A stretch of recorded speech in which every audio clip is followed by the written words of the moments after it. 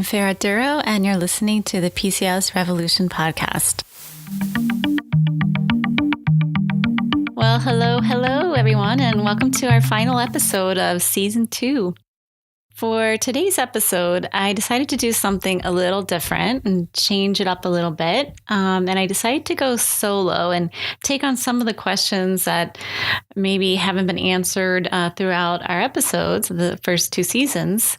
And these are questions that some of you have been emailing me that might not have been addressed yet. So I've just been so happy to read all of your reviews and emails, and I'm really grateful for the positive feedback too. So I want to say that. And, when I started this podcast in December of last year, I never imagined we'd have so many fellow sisters listening in over 56 countries.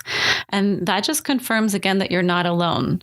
So if you ever wonder, does anybody else have what I have? They do. And everyone who has emailed and reviewed us has just been so helpful in really reaching out and helping us focus on how to really get the message across, the things that you might really want to hear. So if you haven't reached out yet, I encourage you to leave a tip for another sister in our review section on iTunes. And perhaps they're listening in Australia or Canada or South Africa, or maybe a part of the world that you've never even heard of. And I would just love to hear how you're coping with your PCOS symptoms in whatever part of the world you're living in. And, you never know, you just might help someone else who really needed to hear what you had to say. So that's your homework for until next season, guys. So I'm just really excited to actually dive into some of these questions. And I won't say the first names just because we're actually going to protect everyone's identity here, but I just want to read about one of the emails that I was sent from someone who is actually in their early 20s. So basically she says, I'm in my early 20s and I'm not trying to get pregnant and I'm not sexually active, but I wonder if there's a reason for me to worry about my PCOS. And my diagnosis came from irregular periods.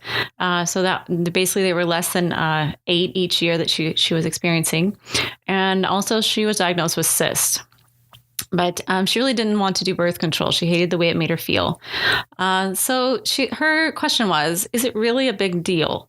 If you're not trying to get pregnant and it's causing some irregular cycles and cysts, but otherwise you're really not experiencing much. So I thought today, because we had so many questions that came up about the different types of PCOS, that I'm going to go into that a little bit today.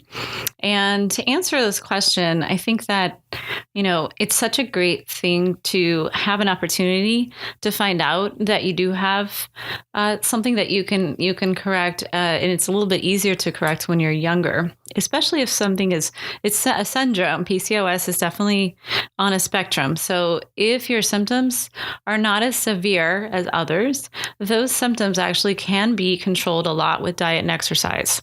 And so quite possibly, this listener actually could start by, tweaking her diet a little bit and boosting up the exercise, incorporating certain nutrients, as we talked about, and then looking into helping regulate her cycles on her own. Because, the cysts can be painful. We've had a lot of our patients in our clinic who felt severe pain from ovarian cysts that rupture. So that's something that we definitely would love to address naturally, for speaking, because I'm an acupuncturist who works with PCOS every day and who struggle with it myself. I just would love to actually address at this point someone who is having the symptoms but not yet trying to get pregnant. I think that's the best scenario. So yeah, to answer your question, I definitely would. I would put a little bit of lifestyle tweaks in there just to kind of see if you do feel better, even if you're not trying to get pregnant. And PCOS isn't always about getting pregnant. It's really a lot of things that you read are constantly talking about fertility, but many women suffer with PCOS in all different age ranges, and many are not trying to get pregnant. So that in effect, even let's say you do want to try to get pregnant in the future, at least, if you do have more balanced cycles, less symptoms, less cysts showing up, then it might be a little bit of an easier process, and hopefully that can happen on its own. So, another question we got was from a listener who says, thanks for the podcast. So she's been kind of listening to all the episodes back to back. And she was just told by her gynecologist that, again, this came up again, that unless I'm trying to get pregnant, PCOS shouldn't impact me. But I know it does. And I'm also looked for natural alternatives when I was trying to get pregnant. And I also found an Arvigo practitioner and made my own herbal drinks. And I was so happy to get pregnant naturally after about 9 months after being diagnosed with PCOS. So congratulations for that. That's awesome. I would have tried acupuncture had I known it was an option. I know it's hard to provide resources in every state, but if you could offer advice on finding help, I would appreciate it. So far, I've resorted to using Yelp, which is not extensive in even a large metro area like Los Angeles. So I would say that, we do have an organization called the ABORUM, and I'm actually a fellow of that. It's actually an organization of acupuncturists who have to pass a board for reproductive medicine, and that board encompasses both Eastern and Western knowledge. And it is a certifying body. So you can look on their website, and that's like A-B as in boy, O-R-M as in Mary.org. And I'll go ahead and put that in the show notes as well. But I think that that's a great resource because that shows not only in the United States, but also different countries, the different fellows that are certified. And that means that that practitioner has had extensive training and knows and speaks the language of Eastern and Western medicine and can integrate their treatments into perhaps someone who's going through fertility treatment with an IVF doctor, or, who is seeking information on, are these herbs going to be appropriate, or how can I incorporate acupuncture naturally or with a medicated cycle? So, in that respect, I think that that website would be very helpful to go to. And as far as finding an acupuncturist who is also knowledgeable about PCOS. And so, if you have any other resources, definitely, guys, post them in our Facebook group. You can go to our Florida Complete Wellness Facebook group or our PCOS Revolution one. And I'd say I guess I post a little bit more on our main Facebook page. And I don't always post everything on our PCOS Revolution Facebook page. It's a little hard to keep up with both of them, but if you'd like to post your resources on where you found your practitioners, you can do that on the PCOS Revolution Facebook page, and I'll definitely hop in there when I see that. So I hope that answered the question. And I also have another question here from a listener who is interested to see how acupuncture and Chinese medicine helps with PCOS and infertility, and if it's something worth investing in. So, I guess some of you who have listened to my story in the beginning, it was, I guess, the first episode, really, I emphasize how Chinese medicine did change my whole life as far as dealing with my symptoms and getting my cycles back and regulated and helping, to conceive my children ultimately. So I guess I'll be a little bit biased here and saying that, I do think that if you can dedicate at least 3 to 6 months to improving your overall health and going with an acupuncturist who is knowledgeable about PCOS, and working with Chinese herbs as well, which I think is very important, then it can have tremendous benefits. And, not only do I see it every day, we work with patients who basically our rule of thumb is that everyone has their own timeline. So if you are trying to get pregnant and most of the time you think, okay, it needs to happen by tomorrow. But unfortunately, our bodies work a little differently, where we do need a time span to actually help even things out a little bit and help with circulation and reduce stress levels and hopefully get our cycles back on track. And that can take 3 to 6 months. So, if you have that time, then I think even if you're preparing for a medicated cycle, give yourself a little bit of time. I think we just talked about this with Sarah in our last episode, but looking at the strategy of, well, you know what, whatever we do now, if you get pregnant naturally, that's wonderful. And if you don't, whatever you're doing as far as getting your body healthier is only going to be beneficial during pregnancy, whether you go with an ART, like IVF or IUI treatment, or you're trying on your own.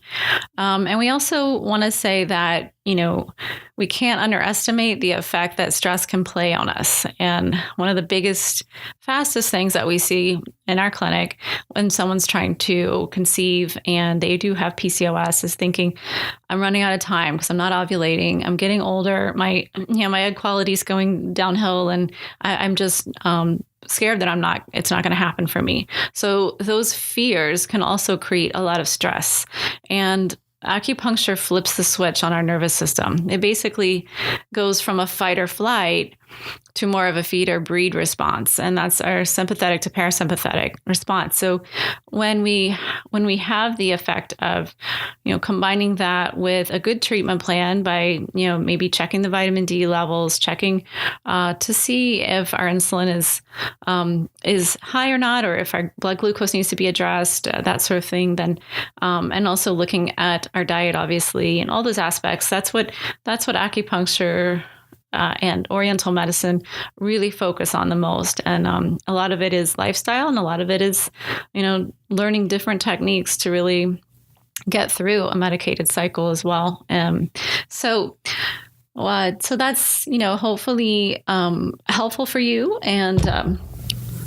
And then, I also want to say that if you have any questions about that, for sure, go to our website as well at floridacompletewellness.com. And we have a lot of information on, just all kinds of recommendations and things like that, as far as if you are pursuing fertility treatment and just want some references, studies, and that sort of thing.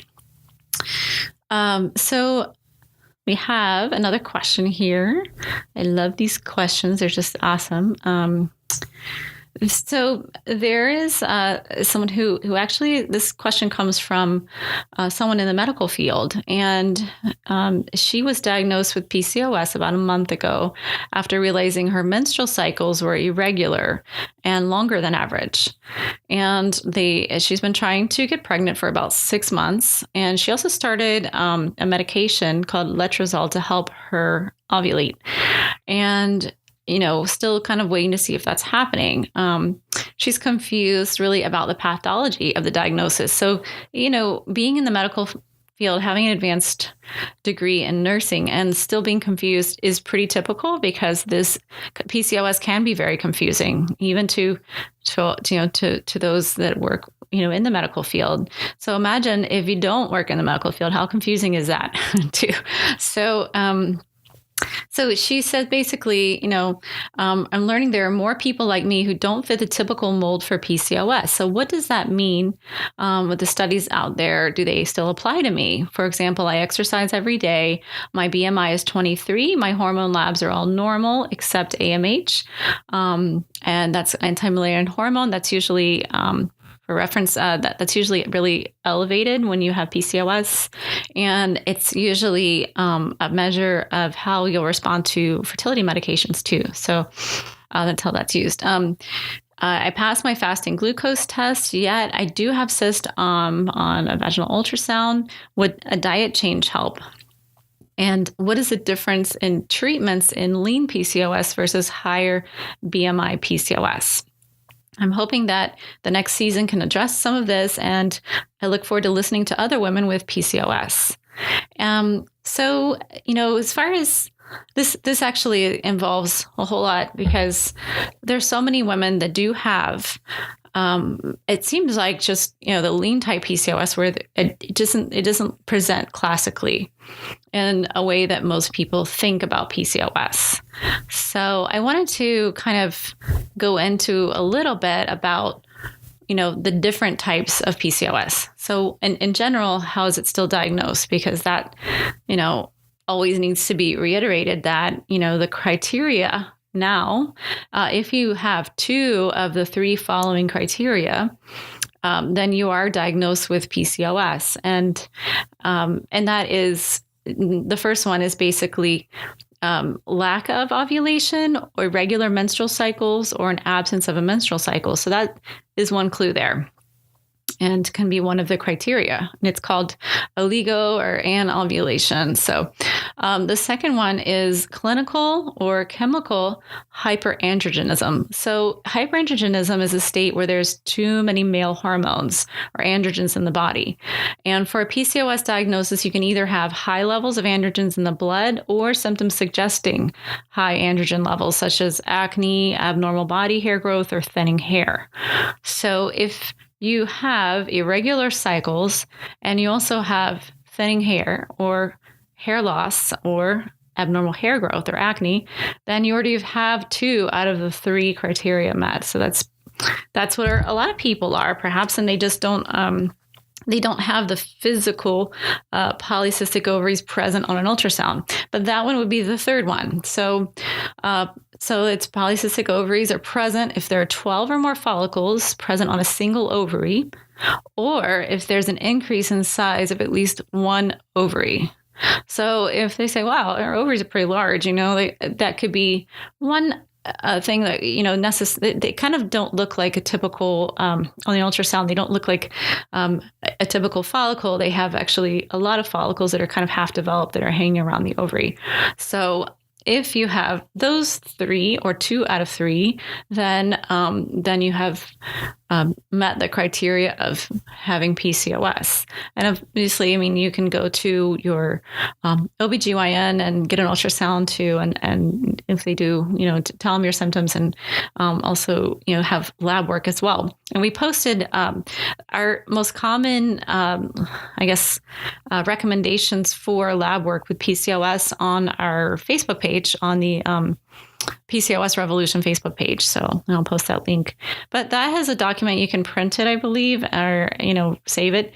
And you can take it in to your doctor, your primary doctor, or any nurse practitioner, whoever you're working with. And you can get those tests ordered as well, just to check your insulin resistance and also your testosterone levels.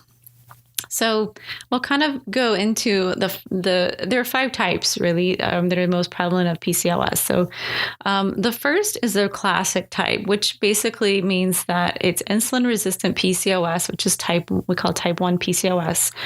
And this is a type that everybody kind of associates more with PCOS, but because it's most visible. So you have ovulatory dysfunction, so either no periods or very irregular cycles, insulin resistance, and elevated testosterone. So if you fit that category, then you are going to have symptoms of high testosterone, or you're definitely going to have your lab work showing elevated testosterone. And also your insulin labs are going to be off, and probably glucose too. So that shows up. The second one is non-insulin resistant PCOS, which is like type 2 PCOS, where you have ovulatory dysfunction, so irregular cycles or no cycles, elevated testosterone, but no insulin resistance. So if you have abnormal body hair or thinning hair, or you have irregular cycles, but your insulin levels look fine and your glucose looks good, then really this would be the type 2 that you would have, the type 2 PCOS. The third one is a non-traditional PCOS1. So you have an ovulatory dysfunction, you have insulin resistance, but you do not have elevated testosterone. So that one would not be showing up in blood work. It would be, oh, my testosterone's normal. And, we do see sometimes looking into it that the DHEA could be slightly elevated. That's the precursor to testosterone, but the testosterone's still normal. So, and also with this, the DHEA is usually normal, but you do have insulin resistance and irregular cycles or no cycles. The next one is non-traditional PCOS2, which would be that you actually do get your period every month. you ovulate every month or pretty regularly. But you have insulin resistance and elevated testosterone. So those are showing up. And it's almost like we can look at this and say a lot of teens with early type 2 diabetes are showing up in our office with this. So they already are developing insulin resistance. They already have a lot of acne. Their parents are bringing them in, saying that their mood swings are all over the place. And that could be, sometimes when you're a teenager, you're expecting that your cycles are not going to be regular because your hormones are still adjusting. So, it could take a few years really for your cycles to be like clockwork, or slightly more regular. But if you have gone without your period, even if you're a teenager for over 6 months, then there's a red flag. There's a warning sign there. So definitely, that's something that you look at. Now, with this type that we're talking about, that, you do have your period every month, but you're having insulin resistance and elevated. So that can turn into later on. I have seen this where the insulin resistance and testosterone being elevated leads to irregular cycles, but this type does not have that right now. The next is idiopathic hirsutism, which basically means that there's no ovulatory dysfunction, there's no insulin resistance, but you have elevated testosterone. So how many of you have really been, kind of being the detective and getting your blood work done and all of that and said, I don't know what's going on. Like I know something's off because my hair's falling out and I have acne, but I'm getting my cycle every month and I'm thin, I'm not gaining weight, but something's off. So that's category number 5. Usually, you do see that there's elevated testosterone. I kind of look at it like, maybe this is kind of the earlier stage where we can actually just work a little bit on the testosterone and hopefully, with saw palmetto, with acupuncture, and hopefully get things back in place with that. Really, when you're looking at these types, you can kind of break them down into, is it insulin resistant or not? So a lot of women with PCOS do not have insulin resistance. So if you don't, then all the medications that are given for insulin resistance are not going to work. They're really not going to do much. So you do need to ask about your insulin level before you would start something like metformin or, an insulin regulator. So it's really important to know your labs. And I would say that, the type 2 PCOS or non-insulin resistant PCOS, really like weight loss and blood sugar lowering medications and supplements, they're just not going to have any effect on the symptoms or the fertility. So if you have this, do not be frustrated if you've taken metformin and seen no result, or you've taken a lot of supplements to help regulate insulin or blood sugar and nothing has changed, because you didn't have that in the first place. And actually you should be careful with that too.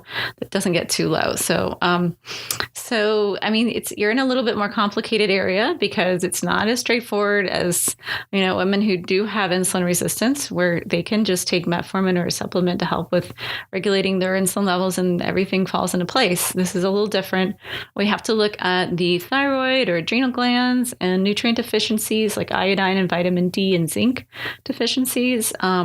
We see this a lot. We test everybody's vitamin D, and they're sometimes in the teens. They're really, really low. And there's an issue with the cycle not being as regular, I think, if you look at low vitamin D and zinc. So those are important. And some women, we also have to look at environmental changes going on, like sometimes, chemical, the dioxins in the environment, BPA and all kinds of hormone disrupting toxins could be at the root of the problem as well. So we have to kind of just, peek into the environment and see what's going on there. And that type is an inflammatory PCOS. And, that you can kind of notice that with this particular type has signs of inflammation like joint pain. They'll complain about headaches very often and, acne, autoimmune disease, C-reactive protein levels are elevated. So that's kind of one of those inflammatory type, I think very overlooked PCOS types. And if you have PCOS, definitely, hopefully you can download what we're, the blood work to ask for, but, it's it's on our Facebook page. You can check that out as well, or reach out to a gynecologist or midwife who's very familiar with PCOS, or a reproductive endocrinologist too, or an acupuncturist or nutritionist. But definitely start with the blood work. So that was my little breakdown of the complicated PCOS patterns that we see every day. And I think that, the last question that we got, I really want to bring this up because this is from a listener who basically said that, she would love to hear about on the shows, like how lonely PCOS can be. And I bring this up because she says something that just really struck me. And I just felt like I wish I could just reach out to her and really, tell her that I actually did email her back saying, you're really, not alone. And some people, she says, it's, for me, it's how people don't believe PCOS is real and that I haven't tried my hardest. And if there's anything, that else I can do to help really, make people more aware that it's not your fault that you have this. It's just something that we look at like a crystal ball. Like, okay, we can do something. We've been given a chance to really look into the future and say things that I can do now can actually prevent those other things from coming down the road, like perhaps, type 2 diabetes and the cardiovascular risk and, pregnancy symptoms that can come up with PCOS. So if I know this now, and I can really make some changes. And I still, to this day, I know that you can reverse this. So I just want you guys to really know, like, if there's anything that these podcasts have helped with, to make you feel like you're not alone, and also to know that you can take action. You don't have to let it own you. And this is not something that, is going to rule your life and ruin your life. It's something that I'm going to continue to reach out to women who have overcome their PCOS to prove my point. But I think that, there's a lot of help needed, and there is no shame in reaching out. So I hope that we have covered a whole lot of questions that some of you guys have had, maybe that have not been answered. And if you have more questions, which I'm sure there's so much to talk about with this, but I'm thinking about for season 3 to do some topics that sometimes that we don't talk about as much.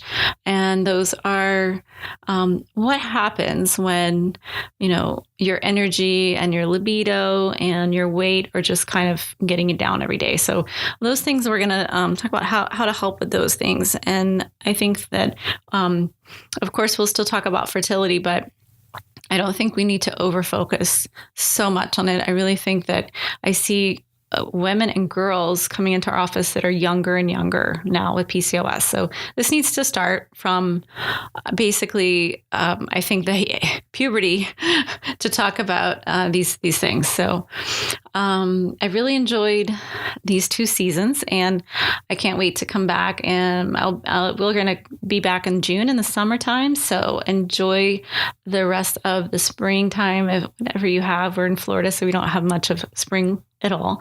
But I will look forward to coming back in June, and I can't wait. So have a great rest of your week, everyone, and we'll chat soon. And that's the end of this episode of the PCOS Revolution podcast. If you've enjoyed the show and want to help me spread the word about how women with PCOS and hormonal imbalances can lead happier, more healthier lives, please head over to iTunes and leave us a review. They really do make a difference. If you'd like to have a question answered on the show or would like to recommend a guest, please go to floridacompletewellness.com/podcast. If you're on social media, you can follow me at facebook.com/Florida Complete Wellness and twitter.com/Florida Complete, where I post a lot of interesting research, webinars, and articles on our blog about really getting to the root of hormonal imbalances like PCOS. So it's a great way to stay in touch with the latest developments. Thanks so much for listening, and see you soon.